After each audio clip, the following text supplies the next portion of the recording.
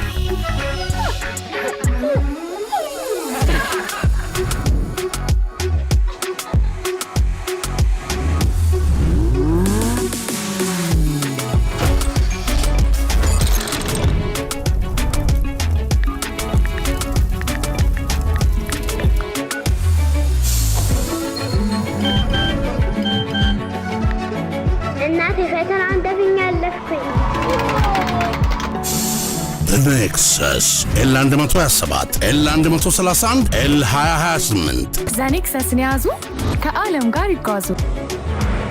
ኢትዮ ቴሌኮም። እናመሰግናለን ኮች፣ እንኳን ደህና መጣህ ብያለሁ። እንኳን ደህና ቆያችሁ። ኢትዮ ኤሌክትሪክ ዘንድሮ በሴቶች ፕሪሚየር ሊግ እጅግ አስደናቂ ጉዞን እያደረገ ነው የሚገኘው። ኢትዮጵያ ንግድ ባንክን 12ኛው ሳምንት ላይ ካሸነፋችሁ በኋላ ነው የተገናኘ ነው። ተጠባቂ ጨዋታ ነበር። ምን ይመስል ነበር? ስለ ውጤቱ ግን ያው እንኳን ደስ አለህ ብያለሁ። እንኳን አብሮ ደስ ያለን። ያው በመጀመሪያ እዚህ ፕሮግራም ላይ ስለጋበዛችሁኝ እጅጉ በጣም አድርጌ አመሰግናለሁ። ያው እንግዲህ ደስታ እና ሽቶ አንድ ናቸው። ደስታ ቶሎ ይጠፋል። ከጠፋ በኋላ ደግሞ ያው ለቀጣይ የምታስባቸው ነገሮች ይኖራሉ። ያው እኛ በዛ ልክ ነው ያለው። ሌላው የጨዋታው ሂደቶች በደንብኛ ከንግድ ባንክ ጋር በደንብ የተዘጋጀንበት መንገዶች አሉ። ምናልባት ከንግድ ባንክ ጋር ስንዘጋጅ ለንግድ ባንክ ብቻውን የተዘጋጀነው ነገር አይኖርም። እለት ከእለት ይዘናቸው የመጣናቸው መንገዶች ለእለቱ ውጤት ብቁ አድርገውን አሸንፈን ወጥተናል። ያም ደግሞ ለኛ በጣም አስፈላጊ ነው። ምክንያቱም በቀጥታ የምንሄድበት መሪነታችንን የምናረጋግጥበትና የቀጣይ መንገዳችንን በደንብ ብሩህ የሚያደርግ ጨዋታ ስለነበረ እኛ ብቻ ሳንሆን ብዙ ተመልካችም እንደኛም እንደ ክለባችንም ተጠባቂ ነበረ። ያን ተጠባቂ ጨዋታ ደግሞ በጥሩ የኳስ መንገድ ኢትዮጵያ ንግድ ባንክን አሸንፈን ወጥተናል እና ያን ይመስል ነበረ። ደስታውም እጅግ በጣም ጥሩ ነበር። ጥሩ ደግሞ የሚያደርገው ነገር ምንድነው? በነበርክበት አብረህ በሰራህበት በተማርክበት ውጤታማ ስትሆን ደግሞ በጣም የሚያስደስት ነው። እሱ ነው ደስታው። ተጨማሪ ነገሮችን እናነሳለን። ግን ከኢትዮጵያ ንግድ ባንክ ጋርና ከአሰልጣኝ ብርሃኑ ግዛው ጋር አንተም የተለየ አታችመንት አለ። ብዙ የእግር ኳስ ህይወት ግን በአሰልጣኝነቱ እዛ ላይ ነው ያሳለፍከው። አዎ፣ እኔ ያው በመጀመሪያ ማሰልጠን ሲጀምር በተለይ ሴቶች ላይ ንግድ ባንክ ላይ ነው የጀመርኩት። ከ2005 ጀምሮ ነበረ። ከብርሃኑ ጋር ለ11 አመት አብረን ቆይተናል። በቆየውባቸው 11 አመታት ላይ በተለይ ብርሃኑ ግዛው የሚሰጠኝ እድሎች ነበሩ። ማለት ስራ እንድሰራ፣ ራስ እንድታበቃ፣ ወደ ተሻለ ደረጃ እንድትሄድ የሚያደርግ አሰልጣኝ ነው። እንደሌሎቹ አሰልጣኝ ቦታ የሚዘጋ እንዳሰራ የሚገድብ አይደለምና ያ ደግሞ እኔን የበለጠ ደግሞ እንድጎብዝ፣ ራሴን እንዳበቃ፣ የተሻለ አሰልጣኝ እንደሆን በደንብ እድሉን አመቻችቶልኛልና በዛ እድል መሰረት በሰጠኝ እሱ እድል መሰረት የራሴን ካለኝ ነገር ጨመሬ ደግሞ የአሰልጣኝ ህይወቴን ጀምሬያለሁና ስጫወትም የመጀመሪያ ፕሮጀክትም ስጫወት እሱ ጋር ነበረ። የትምህርት ቤቶች ውድድር ስለነበረ እሱ ቀዳማዊ ምኒልክ ነበር የሚማረው። ቀዳማዊ ምኒልክ ማለት እዚህ 4 ኪሎ ጋር የሚገኝ ነው። እኔ ደግሞ መስከረም 2 ነበርኩኝና ኤሌመንተሪ ላይ ያው እሱ እያሰለጠነ ነበረ ትምህርት ቤት የሚጫወተውና ኤሌመንተሪ እያለን በዛ ጊዜ ተገናኝተን እሱ በረኛ ነበረ። በዛ ጊዜ ተገናኝተን የትምህርት ቤቶች አንድ ላይ ተጫውተናል። በትምህርት ቤቶችም ለማሰልጠን እድሉን አግኝቶ አሰልጥኖኛል። ከዛ በመቀጠል ነው ወደ ጃልሜዳ ፕሮጀክት እሱ ጋር ሄድኩት። የጨዋታ ዘመኔን ያው አንድ ብዬ በሱ ጀመርኩ።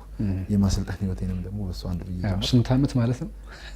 ግፋቢል ወደ 20 ምናምን አመት ይሆናል። በጣም ረጅም ጊዜ። አዎ ምናልባት ለኛ ሀገር እግር ኳስም ትምህርት ይሆናል ብዬ አስባለሁ። በዚህ መልኩ ረጅም ጊዜ ከተጫዋችነት ጀምሮ በአሰልጣኝነቱም ከ10 አመት በላይ አብራችሁ ሰርታችኋል። ለኛ ሀገር እግር ኳስ ብዙ ችግሮች ከውስጥ የሚሰሩ ሴራዎች አሉበት እግር ኳሱ ላይና የተለመደ አይደለም።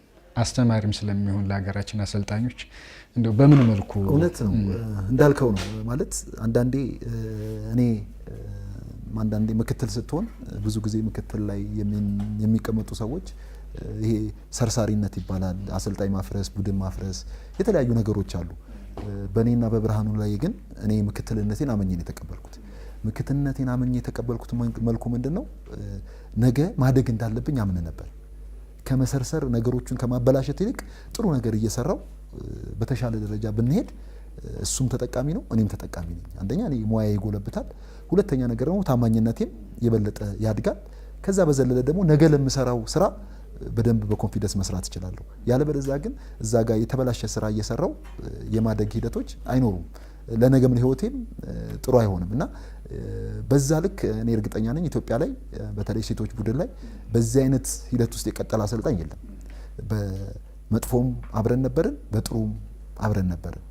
ሻምፒዮንም ሲሆን አብሬው ነበርኩኝ፣ ሻምፒዮንነትም ስናጣ አብረን ነበርን እና የክለቦች የአፍሪካ ክለቦች ሻምፒዮን የመጀመሪያው ጊዜ ነበርኩ፣ ሁለተኛውም ነበርኩ፣ ሶስተኛውም ነበርኩ እና ሲጀመርም ነበርኩ አድጎም ነበርኩና በብርሃኑ ለምሳሌ 60 ጨዋታ ያለመሸነፍ ታሪክ ውስጥ ነበረ። እርግጠኛ ነኝ ያለመሸነፍ ታሪክ ውስጥ እኔ 40 ከ60 40 ላይ ነበርኩ፣ አንዱ አጋዥ ነበርኩ ማለት ነው።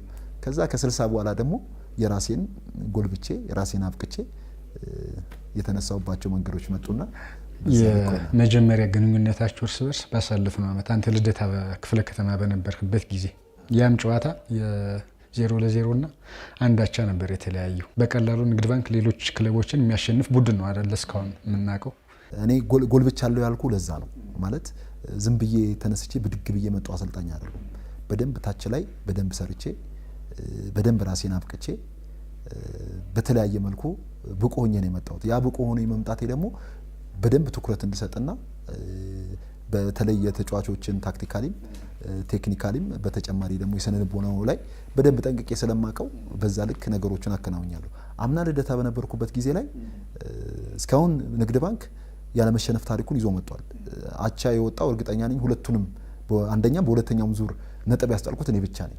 አምናም ቢሆን አምና ደግሞ የነበርኩበት ክለብ ልደታ ስለነበረ ያናክል አቅም ያለው ተጫዋች የለህም፣ ግን ባለህ አቅም ፈጥረህ ልጆቹን በደንብ ሰርተህ አብቅተህ ንግድ ባንክን መቋቋም ማለት በራሱ እጅግ በጣም ትልቅ ነገር ነው ለኛ። እኔ እንደ ስኬት ነው የምቆጥረው።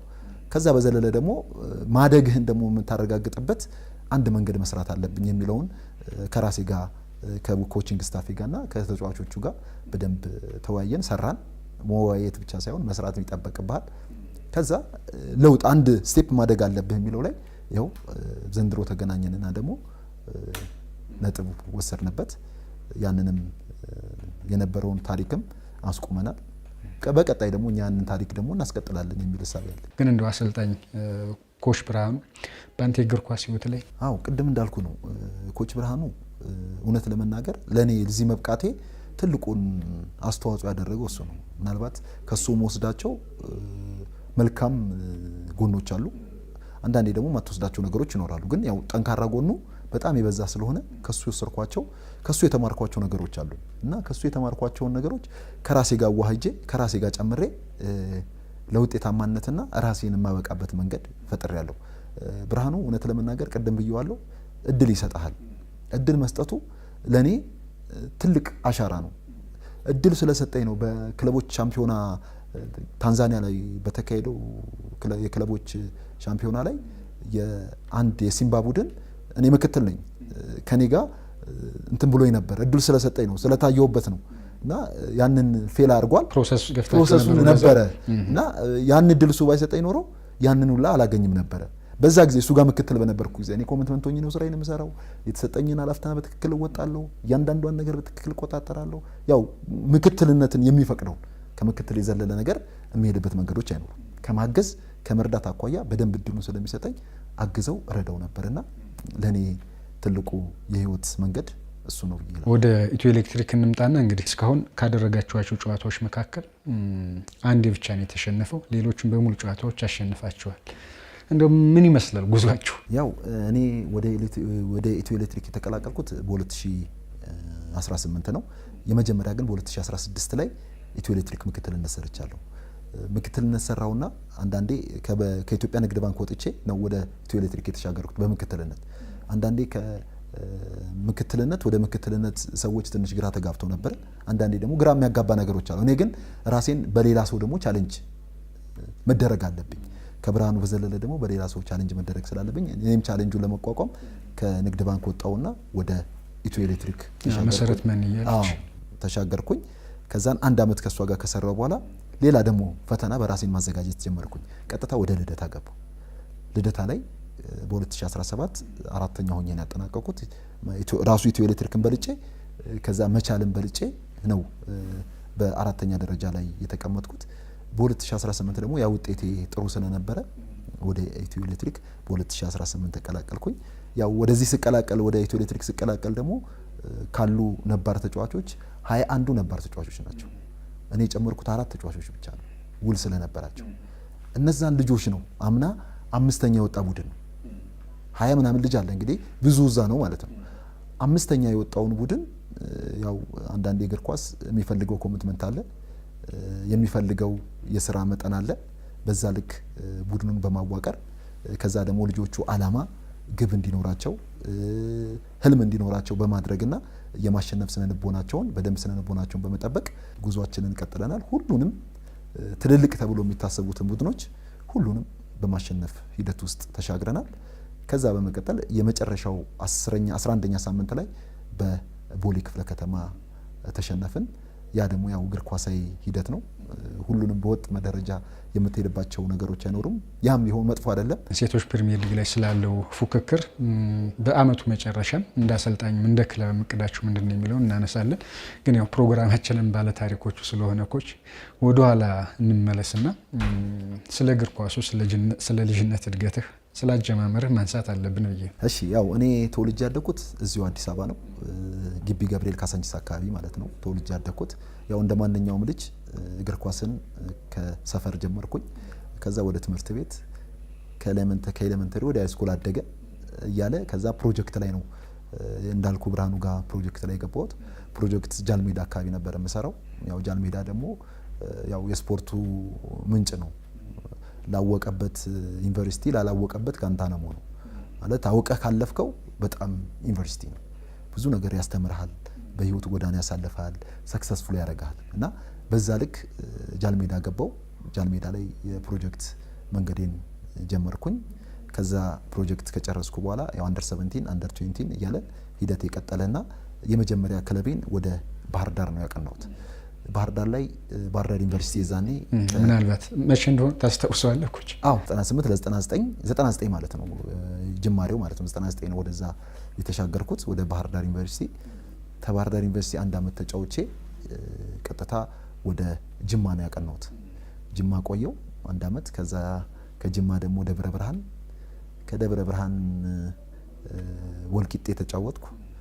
ከዛን እያልኩ የመጨረሻ በጉዳት ምክንያት የእግር ኳስ ህይወቴ በዛ ልክ እንደፈለኩት ሳልሄድ የእግር ኳስ ህይወቴ መጫወት በምችልበት ሂደቶች ላይ በጉዳት ምክንያት እግር ኳስን አቆምኩና ቀጥታ ወደ ማሰልጠኑ። ስለ ጉዳቱ ስላነሳልኝ ብዬ ነው። ምናልባት በተጫዋችነት ከዚህ በላይ ከፍ ባለ ደረጃ ልንመለከት እንችል ነበር። አንተስ ቁጭት አለ? አው በጣም እኔም ቁጭት አለኝ። እውነት ለመናገር ከዚህም በላይ ከፍ ብዬ መጫወት የምችልበት መንገዶች ነበሩ። እነዛ መንገዶችን ባለማግኘቴ አሁንም ያስቆጨኛል። ዛሬ ላይ እንደዚህ በሆን ኖሮ እንደዚህ ባረግ ኖሮ ብለህ ያው እንደ ተጫዋች የምትቆጭባቸው ነገሮች ይኖራሉና እኔም የዛ አካል ነኝ። ምክንያቱም ከዚህም በላይ ማድረግ እችል ነበር አቅም ስለነበረኝ ማለት ነው። በእውነት ለመናገር እንደምልህ አይደለምና ጥሩ አቅም ነበረኝ። በተጫወትኩባቸውም ቡድኖች ላይ ካፕቴን ሆኜ ነው ሁሉን ነገር ስመራና ስጫወት የነበረውና ቤስት ሆኜ መጫወት ተጫዋች ነኝና ያ ነገር ባያጋጥመኝ ኖሮ ምናልባት ኤርሚያስ ወይ የፕሮፌሽናል እድሉን አግኝቶ የሆነ ሀገር ላይ ነው የሚል ሐሳብ ነበረኝ። ያ ግን ባጭር ተቀጣ። አሰልጣኝነቱ እየተካስክ ይመስለኛል ወደ ጥሩ ስኬት እየመጣ ስለሆነ ማለት ነው። ግን በዚሁ አያይዘን ቅድም በእርግጥ መግቢያችን ላይ ስታነሳልኝ ነበረ፣ ግን የአሰልጣኝነት ስራው ኦኬ እየተጫወትኩ በራሱ እየተጫወትኩ ይሄ የማሰልጠን ፓሽን አለ አይደል? አንዳንዴ እየተጫወትክ የምታሰለጥንበት መንገድ ያ ነገር ነበርኝ። እመራለሁ፣ በጣም አስተባብራለሁ፣ ጉድለቶቹን እመራለሁ፣ ከጓደኞቹ ጋር እነጋገራለሁ። ይሄ ቦታ እንዲህ ብናረግ እየተጫወትኩ ማለት ነው፣ ይሄ ቦታ እንዲህ ብናረግ የሚል ውስጤ ነበር እና ያ ወደ አሰልጣኝነት መንደርደሪያ ሆነ እና መሪ ስትሆን ደግሞ የግድ ወደ ፊትህን ደግሞ ታዞራለህ እና የኔ ስጫወት የነበረኝን የመሪነት ሂደት ዛሬ ለአሰልጣኝነት ሂደቴ አብቅቶኛል ብዬ አምናለሁ። በዛ ሂደት ውስጥ እኔ እዛ ከጅማም እንደተመለስኩኝ ቀጥታ ፕሮጀክት ነበረኝ ማሰራቸው ፕሮጀክት ነበር። እነሱን እሰራለሁ፣ እጫወታለሁ፣ እነሱን እሰራለሁ እና እንደዛ እያደረኩ ነበረ።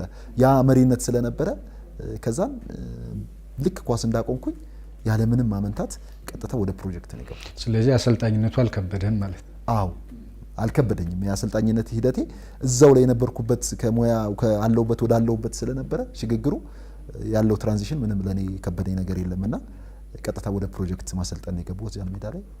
የማሰልጠን ሂደቴን በጃል ሜዳ አንድ ብዬ ጀመርኩ። እንደው ኮች ኤርሚያስ ምናልባት በአሰልጣኝነቱ የተለየ ታክቲክ አረዳድ ወይም የኔ የጨዋታ ፍልስፍና የምትለው? አው ዘመኑ የሚፈቅደው የጨዋታ መንገዶች አሉ። እኔ ዘመኑ የሚፈቅደውን የጨዋታ መንገዶች የምከተል ባለሙያ ነኝ። ይሄ ወኪንግ ፉትቦል ሳይሆን አለ እኔም የምከተላቸው የጨዋታ መንገዶች አሉ።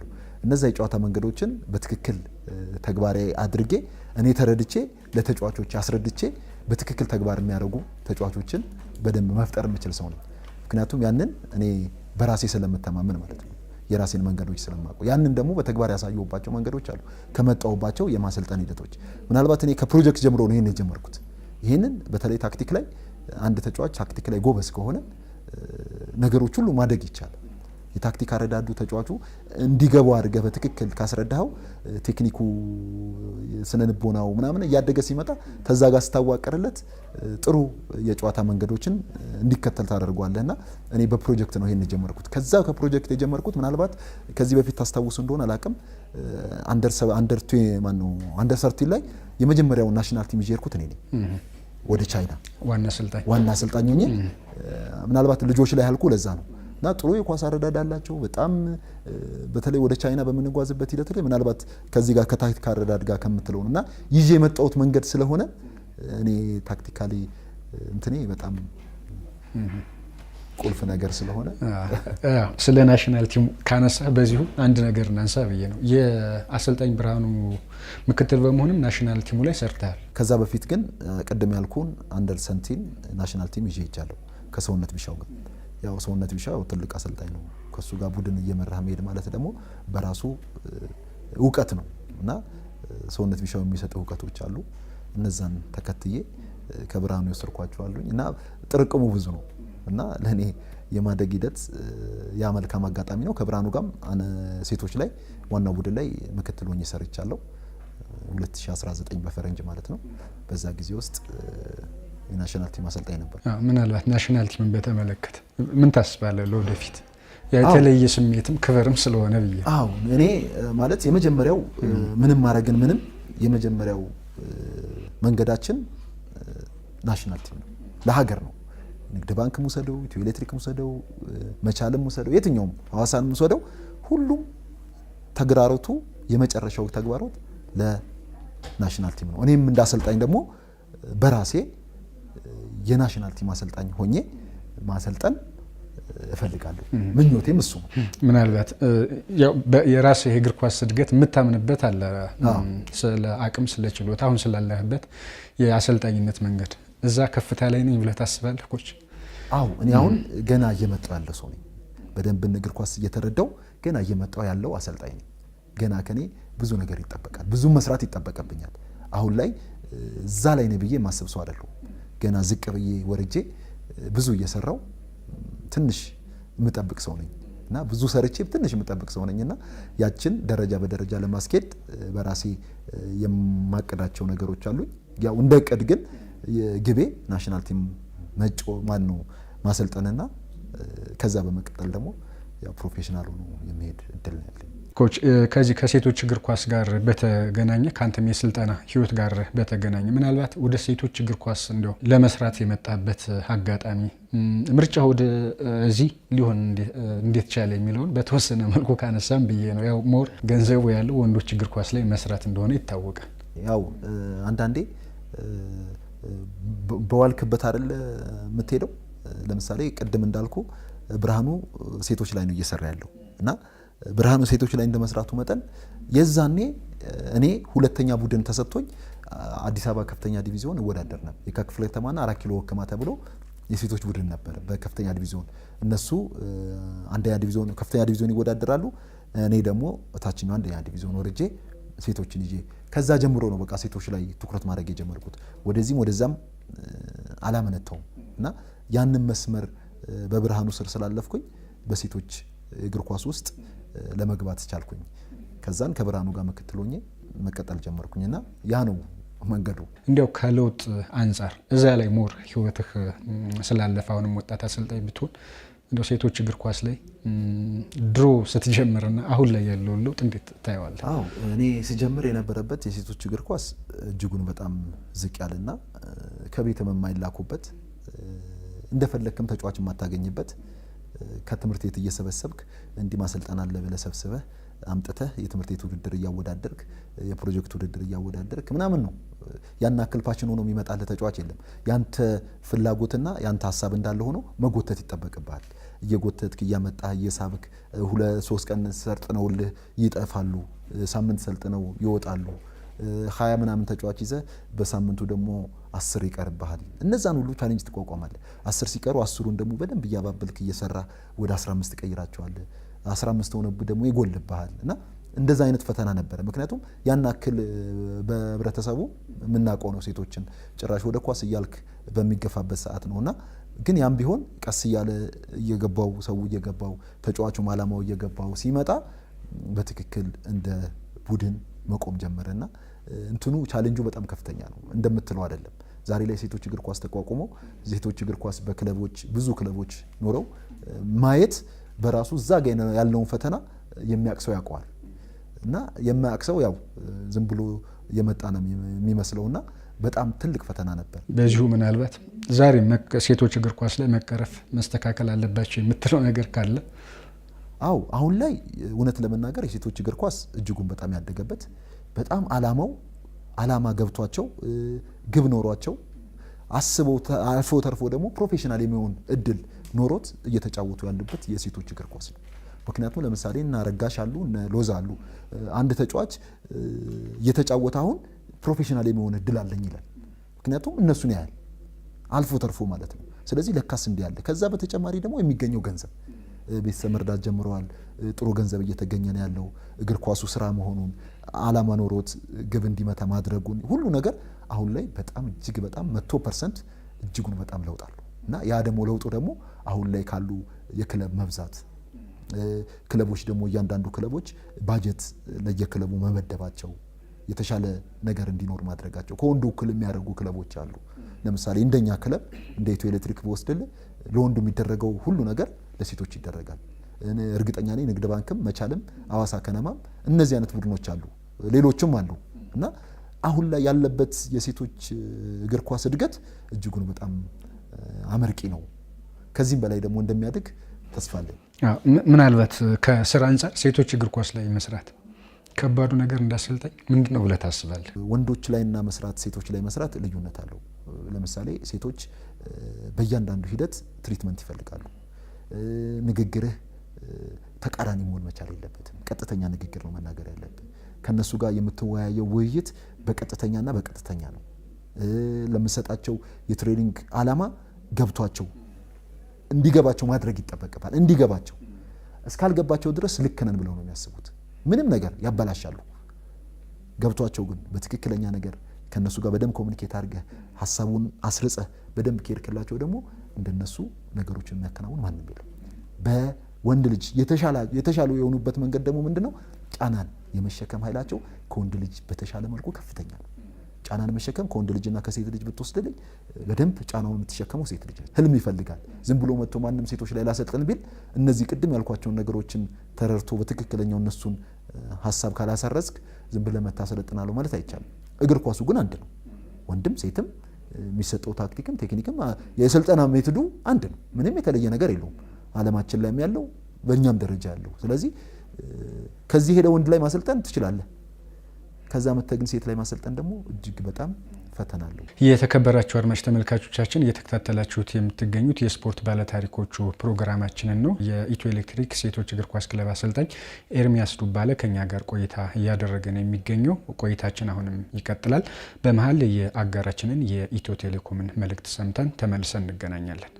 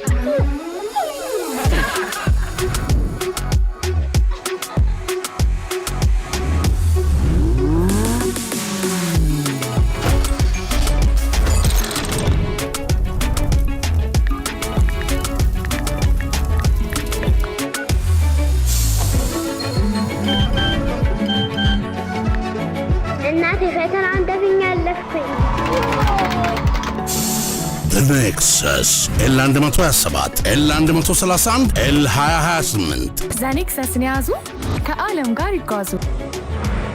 ኢትዮ ቴሌኮም። ኮች ወደ ፕሪሚየር ሊጉ እንመለስና እንደው ከፉክክር አንፃር እንዴት አየው ሊጉ? የዘንድሮ የ2018 የሊጉ ውድድር እጅጉን በጣም ደስ የሚል የውድድር ፎርማት ነው። መጀመሪያ ፎርማቱም ሲነሳ የተቀመጠልን ነገር ቀድመን ነው የጀመርነው። እንዲህ አይነት የናሽናል ቲም በተለያየ መልኩ ብዙ ጊዜ ተቀምጠን 3 ወር 4 ወር ተቀምጠን ነበር የምንነሳውና ፌዴሬሽኑም ይሄን በመረዳት የ2018 የውድድር ዓመት ከናሽናል ቲም ቀደም ብሎ ውድድሮችን እንድናደርግ አደረግን። ግን ይሄ ውድድር ሲጀመር የመጀመሪያው ትልቅ ነው ብዬ የማስበው ነገር ምንድነው? የሲቲ ካፕ ውድድር መወዳደራችን። በተለይ እንደኛ ክለብ ያሉ ደግሞ ሌሎችም ይሄ ሲቲ ካፕ የመጀመሪያ ውድድር ምን አደረገን?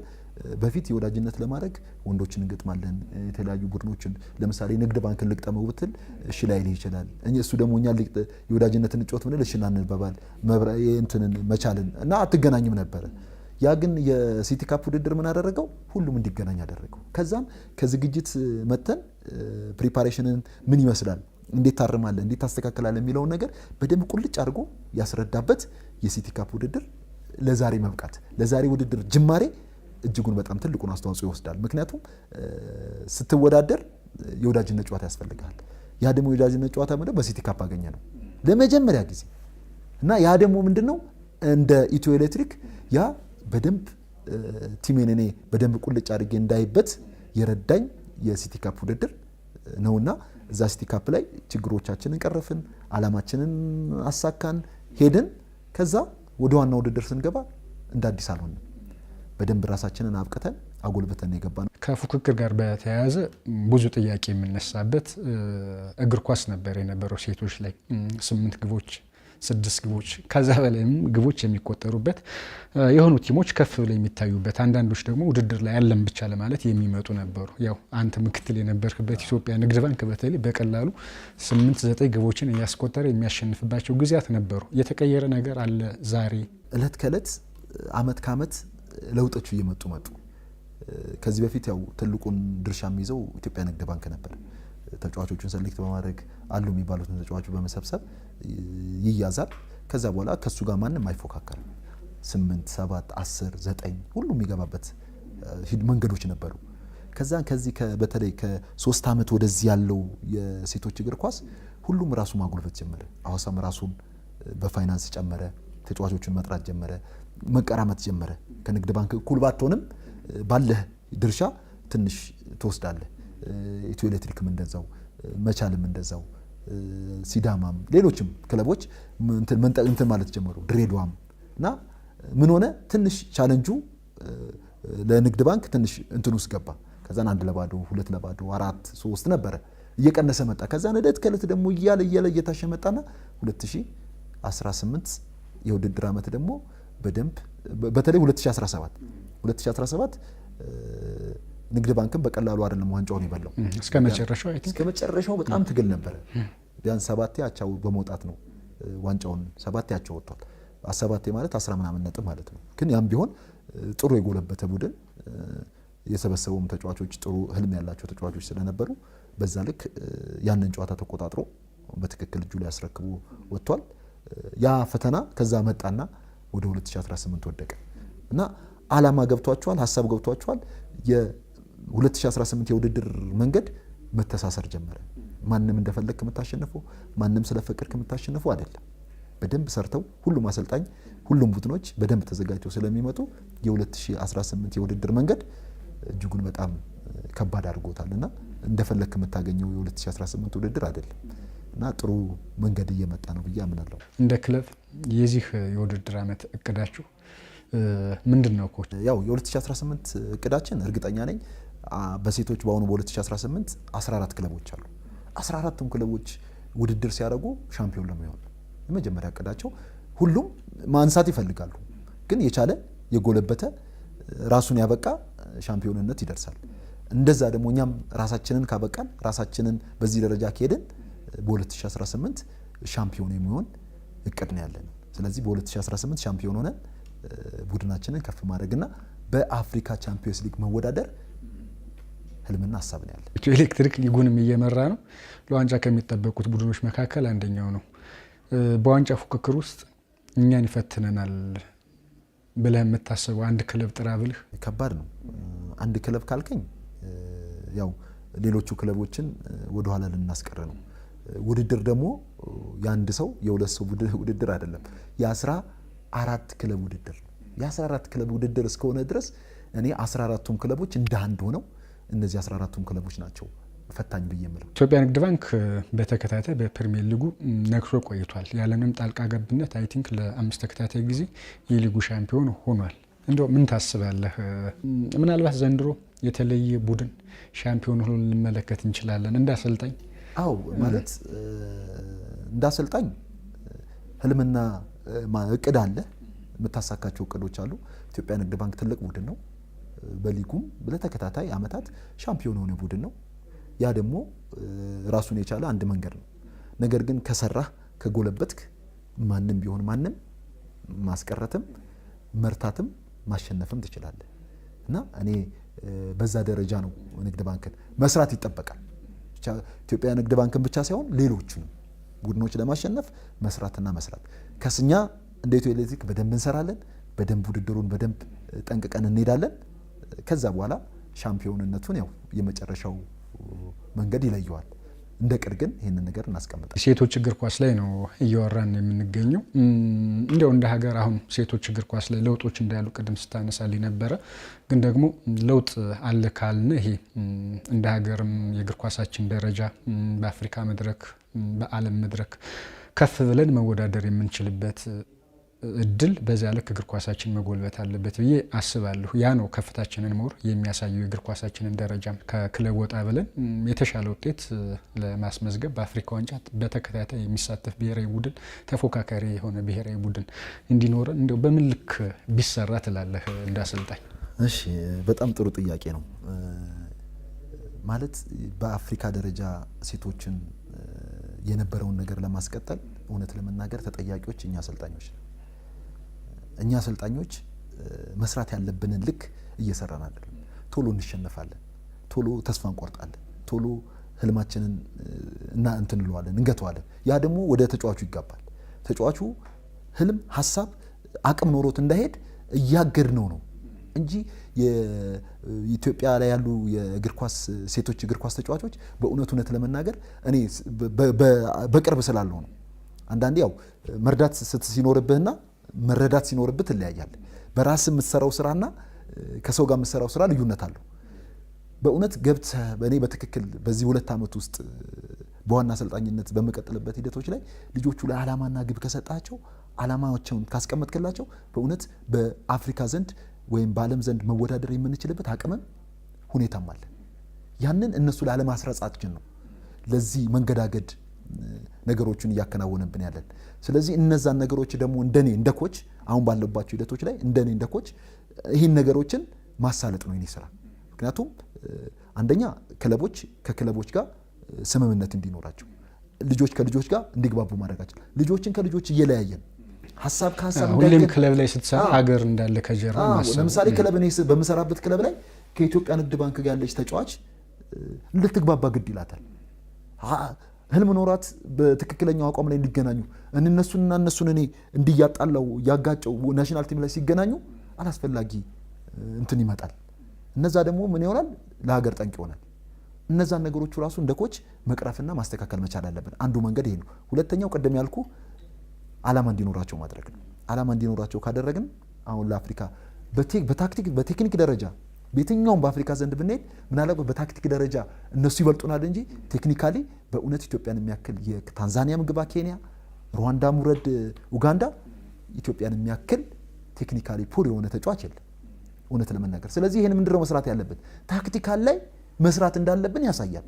ስለዚህ እኛ አሰልጣኞች ምንድን ላይ ነው የማይፈለገው ነገር ላይ ከምንቆይ የሚጠቅመን ነገር ላይ እየሰራን ብንሄድ ነገ ለሀገራችንም እኔ እንደ ክለብ ስሰራ ለሀገር ነው አስተዋጽኦ። ስለዚህ ያንን ነው ማድረግ የከበደንና ቢያንስ እዛ ላይ በደንብ አስምረን ጉድለታችን ላይ ብንሰራ እንደ ሀገር የምናገኘው በረከት እጅጉን በጣም ሀሪፍ ነውና በዛ ልክ ነው እኔ የምገነዘበው። ያው ኮች ወደ መጨረሻውም እየሄድን ስለሆነ አያይዘን እናንሳው ብዬ ነው። እንግዲህ አሁን አሰልጣኝ ኤርሚያስ በደንብ በውጤት እየተገለጸ ነው። ጥሩ ከፍታ ላይ መጥተሃል። በተለይ ዘንድሮ እንደ አሰልጣኝ ወጣት አሰልጣኝ ነህ፣ ለወደፊት ህልም ይኖራል። ምንን ማሳካት የት ጋር መድረስ ትፈልጋለህ ኮች? እኔ ያው እንደ አሰልጣኝ ትልቁን ነገር በመጀመሪያ ደረጃ ከክለቤ በተጨማሪ ገና ይቀረኛል፣ ግን ግብ ይኖርሃል። እኔ አገሬን በትክክለኛው ሁኔታ ላይ ሆኜ ናሽናል ቲምን የማሰልጠን ህልም አለኝ። ከዛ በዘለለ ግን ከሀገር ወጥቼ ፕሮፌሽናል አሰልጣኝ ሆኜ ማሰልጠንን ህልሜ ነው፣ ደግሞ ማሳካዋለሁ። እንዲሳካልህ እኛም እንመኛለን። በዚህ አጋጣሚ በመጀመሪያ ደረጃ እኔ እዚህ ጋር ቆሜ ነገሮቹን እንድሰጥ በማሰልጠን ሂደቴም ለበቃውበት ሂደት በመጀመሪያ ደረጃ አሰልጣኝ ብርሃኑ ጉዛን ከልብ አመሰግናለሁ። ከዛ በዘለለ በማሰልጠን ሂደቴ ደግሞ እየደገፈችኝ እያገዘችኝ ከትኩረት ስወጣ ትኩረት ላይ እየከተተችኝ ለአሁን ላለውበትና ለወደፊት ህልሜም ትልቁን ግብ የምትመታው ባለቤቴ ጤናዬ ገብሬ እጅጉን በጣም አድርጌ አመሰግናታለሁ። ሌላ በመቀጠል የክለብ አሁን ላይ ላለውበት የክለብ አመራሩ ቦርድ ላይ ያሉት አመራሮች፣ በተጨማሪም ደግሞ ደጋፊዎቻችንን ከልብ አድርጌ አመሰግናለሁ። በጣም እናመሰግናለን። እንግዲህ በአመቱ መጨረሻ እኛም ለድል እንድትበቁን እንመኛለን። የተከበራችሁ አድማጭ ተመልካቾቻችን የዛሬ የስፖርት ባለታሪኮቹ ፕሮግራማችን የተከታተላችሁትን ይመስል ነበር። እንግዲህ በዛሬ ቆይታችን የኢትዮ ኤሌክትሪክ ስፖርት ክለብ ሴቶች አሰልጣኝ ኤርሚያስ ዱባለ ከኛ ጋር ቆይታ አድርጓል። በቆይታችንም በዚህ የውድድር ዓመት ስለ ኢትዮ ኤሌክትሪክ ውጤትና ቀጣይ እቅዶች እንዲሁም ደግሞ ስለ አሰልጣኙ እግር ኳስ ህይወትም ወደ ኋላ መለስ ብለን ለማንሳት ሞክረናል። አብራችሁን ስለነበራችሁ ስለተከታተላችሁን እናመሰግናለን። የዚህ ፕሮግራም አጋራችን ኢትዮ ቴሌኮም ነው። ጤና ይስጥልን።